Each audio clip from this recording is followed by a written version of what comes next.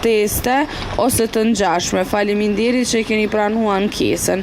Do të thotë bëhet pjesë për këtë rrugë, këtë lagje art, ku gati pothuajse më shumë se një muaj kanë nisur rregullimet e saj edhe nuk thjesht ende nuk kanë shku në përfundim, po si të na që të na mirë është veç me janis, e kur të përfundojnë ndorë të zotit me nisem. E saj për këtë kësaj rrugë nëse mundet edhe Lorenti me përcjell me pamje, do të thotë është shtyllë e energjisë elektrike, e cila është në gjendje shumë të keqe, ku mundet edhe me urrëzu, e këto e kanë dëmtu, do të thotë kur sigurt e kanë dëmtu përderisa janë nis me i bo edhe rregullimet e kësaj rruge. E banori në fjalë që i kemi marrë ankesën për ta, për këtë rrugë, nëse mundemi me tregu Lorent këtë pjesën këtu te muri, ku po mendon ai që do jetë deponi e mbeturinave,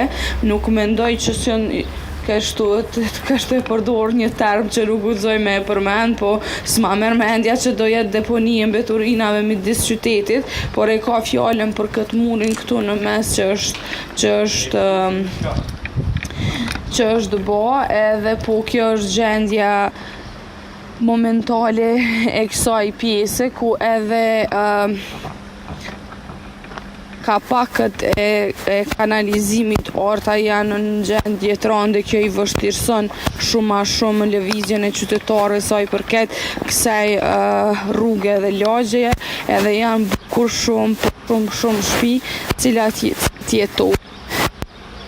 Çdo ditë kanë punë këtu, e sa i përket pjesëve tek këto të kanalizimit, tash vjen edhe Lorenti, ju tregon prapë me pamje se si janë të hapura, edhe se sa rrezik mundet me pas, madje vlen me u cek që nëse mundemi me cek me pamje vetëm edhe pjesën aty, me tregu që edhe nëse fëmijët dëshirojnë me dalë me lujt, ma mirë është mos me dalë me lujt se vrahen në këto rrugë. Unë pesho edhe një banor art, provoj nëse dëshiron me bisedu.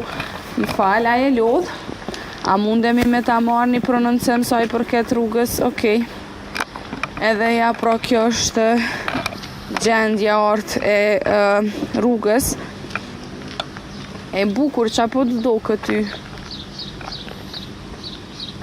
Realisht një gjendje e bukur shumë, po më mrekullueshme me thonë rrugës, po sigurisht kuptohet pra që po flasim me ironi sa i përket gjendjeve të tilla dhe raportimeve të tilla, sepse nuk kemi as si ta përshkruajmë një situatë të tillë. Pra, nuk është fare në rregull, dhe sigurisht i shohim vazhdimisht rrugë të tilla të dëmtuara në këtë gjendje, të cilat pra janë në kryeqytet dhe jo vetëm. Do të shkojmë tash tek një ankesë tjetër, do të mbesim në Prishtinë, thotë shkallët e papastruara në lagjen Dardania.